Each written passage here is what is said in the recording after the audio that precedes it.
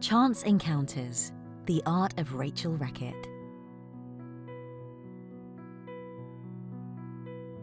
Rachel Reckitt was a singular artist whose lifelong quest for individual artistic expression took place in the secluded landscape of West Somerset. From her home studios, she created unique artworks, using wood engraving, painting, and metalwork to express her avant-garde vision of the world. The varied body of work she left behind shows her to be innovative in her approach, constantly experimenting and looking forwards.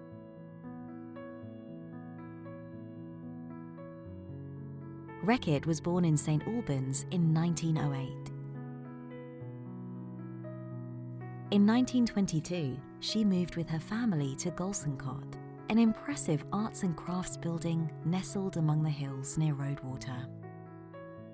Her architect father built an extension for the home, while her mother cared for the gardens.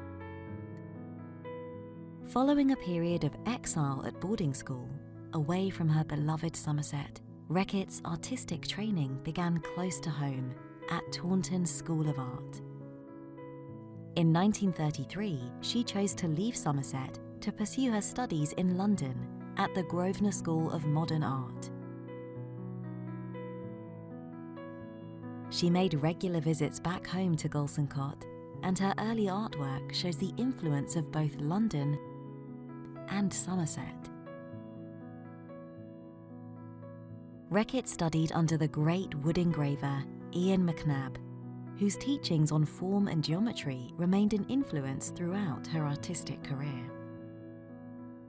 She was at the heart of creative developments in 1930s London and exhibited her work alongside artists including Graham Sutherland, Henry Moore, and Christopher Wood.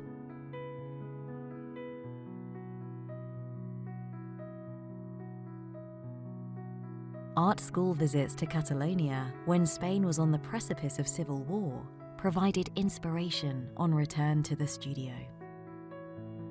In 1937, Reckitt returned to Golsoncott and secured a commission to create pub signs across Somerset. Several are still in situ today. She continued to travel, sketch, and observe the world around her. A painting of ruins, seen during a trip to Sweden, can be read as a foreshadowing of the terrible upheaval that was to follow in the years to come. In 1939, war was declared. Reckitt chose to return to London to support the relief effort. "Even though one can do so little," she wrote, "it is something, and one can't run away, even if one wanted to." Reckitt's voluntary work focused on the provision of aid for families and the evacuation of children.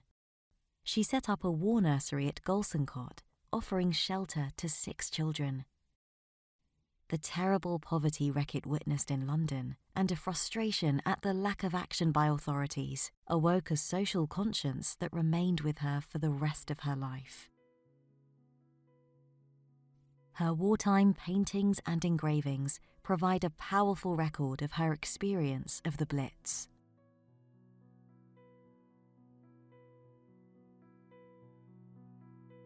In 1945, after celebrating VE Day in London, Reckitt returned to Golsoncott, walking the 20-mile journey home from Taunton Station. Her skills as an artist continued to grow, and she received several commissions to illustrate books.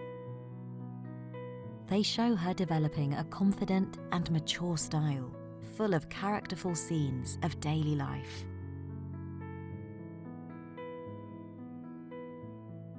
In 1947, Reckitt's journeys through Europe resumed, and she travelled widely in the subsequent decades. She kept journals noting the places visited, miles covered. She almost always drove from Golsoncott, and the number of punctures fixed along the way.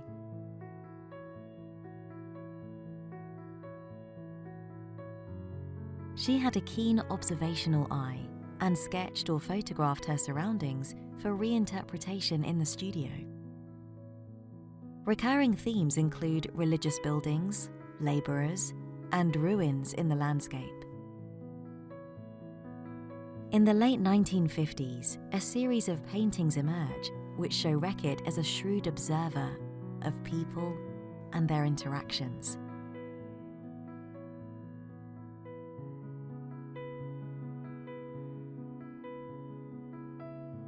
Reckitt's paintings of individuals developed to become increasingly abstract, with a strong use of geometric line and block colours.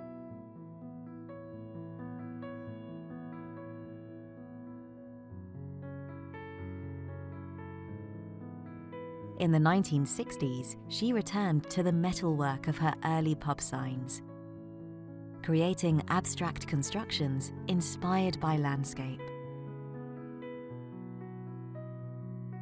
Towards the end of the decade, Reckitt took up classes with Harry Horrobin, a West Somerset blacksmith. This allowed her to explore new forms in her metalwork and led to a commission for a screen at St Andrew's Church, Old Cleve. She produced the design and constructed it in collaboration with others, including Harry's son, James Horrobin, a highly skilled artist blacksmith whose work can also be seen in St Paul's Cathedral. Reckitt developed her skills as a metalworker at the same time as the British Association of Artist Blacksmiths was being established. She was a notable presence within its community, both due to her age — she turned 70 the year it was founded — and as one of the few women in attendance at its conferences and exhibitions. She established a forge in the garden at Golsoncott, where during the summer months she worked with metal, while the winter months were spent inside at her easel. During the summer, Reckitt hosted garden parties for friends and acquaintances from across West Somerset. Attendees listened to music and purchased items from the Bring and Buy stand to raise funds for the local church. Reckitt remained a steadfast presence in her community until the very end, quietly and humbly supporting those in need.